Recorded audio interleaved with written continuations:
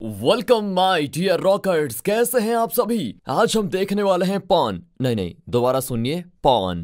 दोस्तों, आज की मूवी काफी इमोशनल होने वाली है, जिसे सुनकर शायद आपके आंखों में आंसू आ जाए। तो मूवी की शुरुआत में जेनी नाम की एक लड़की को दिखाते हैं, जो चाइना और कोरिया के बीच होने वाली मीटिंग्स में ट्रांसलेटर का काम करती है। और जैसे ही जेनी का काम खत्म होता है, उसे एक कॉल आता है, जहां दूसरी ओर से टॉम नाम का एक आदमी उससे कहता है, हमें वो इंसान मिल गया है जिसकी हमें 10 सालों से तलाश थी। ये सुनकर जेनी एकदम से खुश और हैरान भी होती है और जल्दी से वहां से निकल जाती है। अब मूवी मुड़ती है 10 साल पहले के समय पर, जहां हम दो आदमियों को देखते हैं, जिनमें डेविड और उसका असिस्टेंट टॉम शामिल होते हैं। वो दोनों लोन कंपनी में काम करते हैं, जहां का रिकवरी एजेंट डेविड है, और जिससे भी डेविड को पैसे वसूल करने होते हैं, वो टॉम के साथ उसके पास जाता है ताकि उनसे पैसे रिकवर कर पाए। और अभी भी वो दोनों मिंजा नाम की एक महिला से उसके पैसे लेने आए होते हैं, जिसके ऊपर करीब $700 का कर्ज है। उसने पिछले 2 महीनों से EMI तक नहीं भरी है, इसलिए ये दोनों मिंजा को ढूंढ रहे होते हैं। तभी सामने से उन्हें मिंजा आती हुई दिखाई देती है, जिसके साथ उसकी बेटी भी है, जो कोई और नहीं बल्कि जेनी होती है। अब डेविड और टॉम मिंजा के पास आकर उसे नोटिस दिखाते हुए कहते हैं कि देखो, तुम्हारा इंटरेस्ट काफी बढ़ता हुआ जा रहा है, इसलिए तुम्हें जल्द से जल्द इंटरेस्ट भरना पड़ेगा, नहीं तो मुश्किल हो जाएगी। इस पर मिंजा कहती है कि हाल ही में मेरे पति की मौत हुई है और अभी मेरे पास इतने पैसे नहीं है कि मैं इंटरेस्ट चुका पाऊं। मुझे बस 1 महीने की मोहलत दे दो, अगले महीने में पूरे 3 महीने का इंटरेस्ट चुका दूंगी। लेकिन डेविड सुनने को तैयार नहीं था। वो उससे कहता है कि अगर तुम्हारे पास पैसे नहीं है तो अपनी कोई कीमती चीज हमारे पास गिरवी रख लो। पर मिंजा के पास तो गिरवी रखने के लिए भी कोई चीज नहीं थी। ये देखकर डेविड गुस्से में जेनी को उठाकर अपने साथ लेके जाने लग जाता है और मिंजा से कहता है कि कल $700 लेकर आना और जेनी को छुड़ा कर लेकर जाना। मिंजा जेनी को बचाने की बहुत कोशिश करती है, लेकिन डेविड टॉम के साथ जेनी को लेकर चला जाता है। अब रास्ते में डेविड जेनी से कहता है कि तुम्हें घबराने की जरूरत नहीं है, मैं तुम्हें जरा भी परेशान नहीं करूंगा, बल्कि जब तक तुम्हारी माँ पैसे लेकर वापस नहीं आती, मैं तुम्हारा अच्छे से ख्याल रखूंगा। इसके बाद वो उसे अपने घर ले जाकर एक अच्छा सा कमरा भी देता है। इधर मिंजा को दिखाते हैं बेचारी पैसे जुटाने का बंदोबस्त कर रही होती है, जहाँ वो उस गैरेज में जाती है जिसमें उसका पति काम किया करता था। वो गैरेज के मालिक से कहती है कि मालिक, मेरे पति का जो भी पैसा आपके पास है वो मुझे चाहिए प्लीज, क्योंकि अभी मुझे पैसों की बहुत जरूरत है,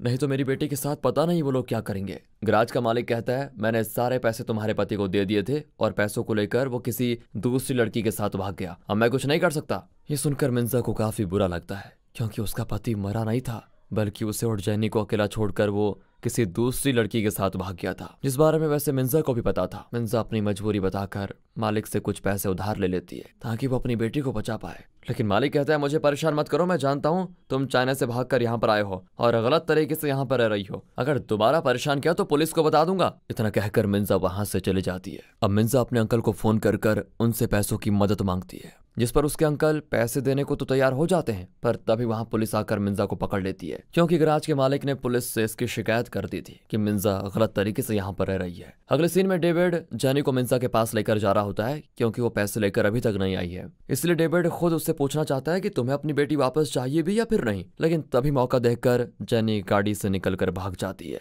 डेविड और टॉम उसको ढूंढने की बहुत कोशिश करते हैं, लेकिन वो कहीं नहीं मिलती। इधर जेनी अपने घर आती है, जहां उसे उसकी माँ कहीं दिखाई नहीं देती। ये देखकर बेचारी उदास हो जाती है कि मेरी माँ कहाँ चली गई। अगले दिन डेविड को पता चलता है कि मिंजा इमिग्रेशन डिपार्टमेंट में है, इसलिए वो तुरंत उससे मिलने जाता है, लेकिन वहां उसे सिर्फ मिंजा दिखाई देती है, जेनी तो वहां भी नहीं होती। अब ये देखकर डेविड घबरा जाता है कि आखिर जेनी चली कहाँ गई। मिंजा जब जेनी के बारे में पूछती है तो वो झूठ कह देता है कि जेनी घर पर है। ये सुनकर मिंजा अपने अंकल का फोन नंबर डेविड को देते हुए कहती है, ये तुम्हें पैसे दे देंगे और पैसे मिलने के बाद मेरी बेटी को इनके हवाले कर देना, वो उसे संभाल लेंगे, क्योंकि मुझे नहीं लगता कि शायद मैं अपनी बेटी को अब दोबारा मिल पाऊंगी। साथ ही वो डेविड को जेनी की कुछ चीजें भी दे देती है ताकि वो जेनी को दे पाए। अगले सीन में जेनी अकेले ही अपनी माँ को ढूंढने निकल जाती है, लेकिन वो उसे कहीं नहीं मिलती। तब डेविड जेनी को ढूंढते हुए उसके पास पहुंच जाता है, और जैसे ही जेनी उसको देखती है, सबसे पहला सवाल वो अपनी माँ के बारे में करती है कि आखिर मेरी माँ कहाँ पर है। डेविड इससे भी झूठ कहता है कि तुम्हारी माँ वापस चाइना चली गई और अब तुमसे कभी मिलने नहीं आएगी,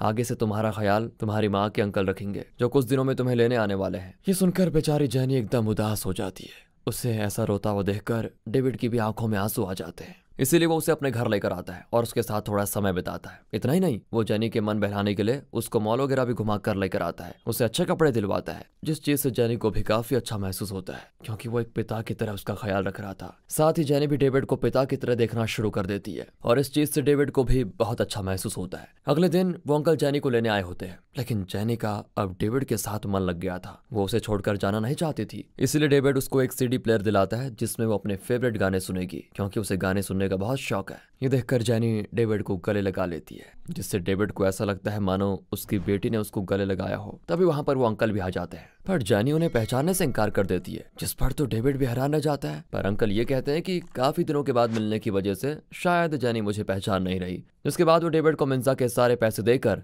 जेनी को साथ लेकर जाते हैं, जिसे जाते हुए देखकर डेविड सच में काफी उदास हो जाता है। अब जेनी के जाने के बाद डेविड का किसी भी चीज में मन नहीं लगता। 2 दिन में वो जेनी के साथ इतना घुल मिल गया था कि मानो दोनों में पिता और बेटी का रिश्ता हो। अब ये देखकर टॉम भी समझ जाता है कि डेविड जेनी को याद कर रहा है, इसलिए वो उसे जेनी को फोन लगाने को कहता है। और जब डेविड उसे फोन लगाता है तो कोई जवाब नहीं मिलता। ऐसे ही काफी दिन गुजर चुके होते हैं, लेकिन जेनी की तरफ से कोई जवाब न मिलने पर उसकी टेंशनें बढ़ जाती हैं कि आखिर जेनी किस हाल में होगी, कहीं कुछ गड़बड़ नहीं, ऐसा नहीं हो सकता। लेकिन उसे फिर शक हो जाता है, क्योंकि जब भी वो उस अंकल से बात करता है तो वो हमेशा बात को घुमाने की कोशिश करते रहते हैं। वहीं वो अंकल जो लड़कियों को बेचने का काम करता है, उसने जेनी को बेच दिया होता है, और इस बात से बेचारा डेविड अनजान था।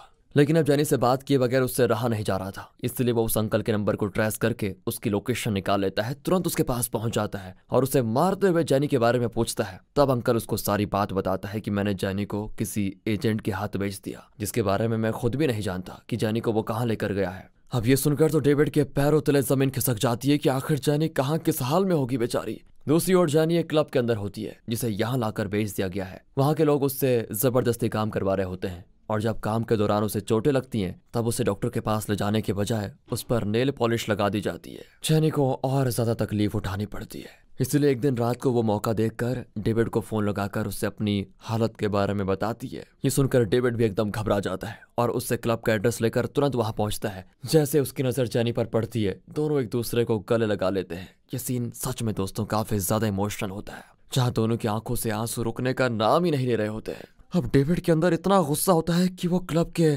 मालिक को ही मारने की कोशिश करता है, लेकिन फिर वो जैसे तैसे अपने आप को शांत करके उस मालिक से कहता है, देखो जेनी को तुमने जितने पैसों में खरीदा मैं वो सब तुम्हें लौटा दूंगा, प्लीज जेनी को यहाँ से जाने दो।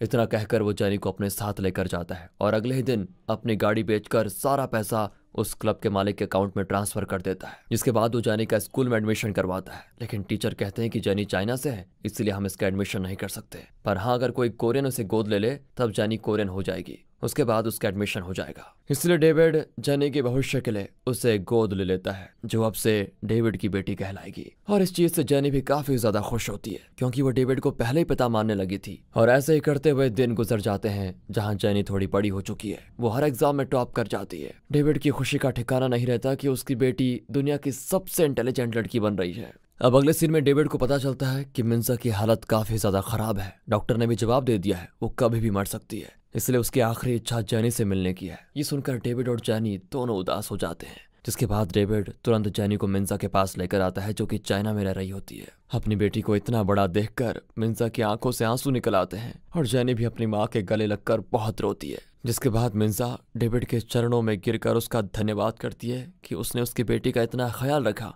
और अब वो खुश है कि उसकी बेटी एक अच्छे इंसान के साथ रह रही है। साथ ही वो डेविड से कहती है, हो सके तो जेनी को उसके पिता से मिलवा देना, ताकि उन्हें भी पता चल सके कि वो अपनी बेटी को किस हालत में छोड़कर गए थे और आज वो कहाँ पहुंच चुकी है। ये सुनकर डेविड हैरान रह जाता है, क्योंकि उसे तो लग रहा था कि जेनी के पिता इस दुनिया में है ही नहीं, वो खुद को उसका पिता मानने लगा था। फिर वो मिंजा के सामने कह देता है कि मैं जेनी को जरूर उसके पिता से मिलवाऊंगा, लेकिन अंदर ही अंदर वो काफी डर भी रहा होता है कि कहीं जेनी अपने पिता से मिलकर उनके साथ ही रहने न लग जाए और मुझे छोड़कर न चली जाए, क्योंकि वो जेनी को अपनी बेटी से बढ़कर मानता है। अब डेविड जेनी के असली पिता की तलाश शुरू कर देता है। फिर धीरे धीरे उसकी तबीयत बिगड़ने लग जाती है, क्योंकि उसे स्ट्रोक आने लगे थे, लेकिन वो इन चीजों पर ध्यान न देकर सिर्फ जेनी के पिता को ढूंढने की कोशिश करता है।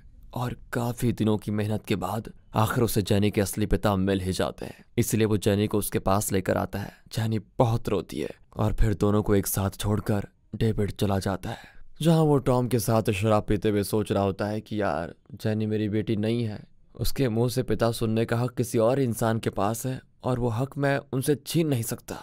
यही सोचकर वो काफी ज्यादा उदास हो जाता है। लेकिन तभी जेनी उसे फोन करती है और उसे पिता कहकर पुकारती है, कहती है मेरे असली पिता आप ही हैं, जिसने मुझे बचपन से पाला, हर मुश्किल से बाहर निकाला, इतना कामयाब बनाया, कभी मुझे अकेला नहीं छोड़ा, तो कैसे वो इंसान मेरा पिता हो सकता है जो मुझे बचपन में ही छोड़कर चला गया था। आप मुझे ऐसे ही किसी के पास छोड़कर नहीं जा सकते, मैं यहाँ आपका इंतजार कर रही हूँ, आप मुझे कब लेने आ रहे हैं। ओ, ये सुनकर डेविड की आंखों से खुशी के आंसू टपकने लग जाते हैं। थमते ही नहीं, वो जल्दी से बाइक में जैनी को लेने निकल पड़ता है, लेकिन रास्ते में उसे फिर स्ट्रोक आता है और ये स्ट्रोक इतना खतरनाक होता है कि डेविड का एक्सीडेंट हो जाता है। और अब हमें प्रेजेंट का सीन दिखाते हैं जहां जैनी टॉम के साथ उस इंसान के पास जा रही होती है जिसके बारे में टॉम ने कहा था कि वो इंसान मिल चुका है। तो वो असल में कोई और नहीं बल्कि डेविड ही है, जो उस एक्सीडेंट के बाद लापता सा हो चुका था। कोई नहीं जानता था कि डेविड कहाँ गया। जैनी और टॉम ने फिर अपनी पूरी जान लगा दी डेविड को ढूंढने में, क्योंकि उन्हें उम्मीद थी कि डेविड अब भी जिंदा होगा। इसीलिए वो दोनों उस जगह पर जा रहे हैं जहाँ के बारे में टॉम को पता चला है, और वो जगह है एक पागल खाना।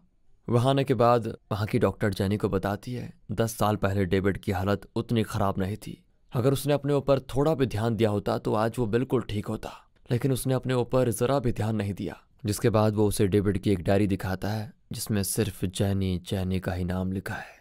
साथ ही वो ये भी बताता है कि डेविड की अब याददाश्त जा चुकी है और वो अब किसी को नहीं पहचानता। अब जैनी और टॉम दोनों डेविड के पास जाते हैं जो खिड़की की तरफ देख रहा होता है, और जैसे ही वो दोनों उसको देखते हैं उसकी आंखें भर आती है, लेकिन डेविड उन दोनों को नहीं पहचान पाता। तभी जैनी को डेविड के मोजे में एक पासबुक मिलता है जिसमें उसकी हर दिन की सेविंग लिखी हुई थी, क्योंकि उसने अपने ऊपर एक भी रुपया खर्च न करते हुए सारे पैसे जैनी की शादी और उसके अच्छे भविष्य के लिए जमा करना शुरू कर दिए थे। इस वजह से वो अपनी बीमारी पर कभी खर्चा नहीं करना चाह रहा था। और ये देखकर जैनी काफी ज्यादा उदास हो जाती है और डेविड से कहती है, बचपन से आपने मुझे पाला, आज मेरी बारी है कि मैं आपकी याददाश्त वापस लाकर आपको अच्छे से रखूं।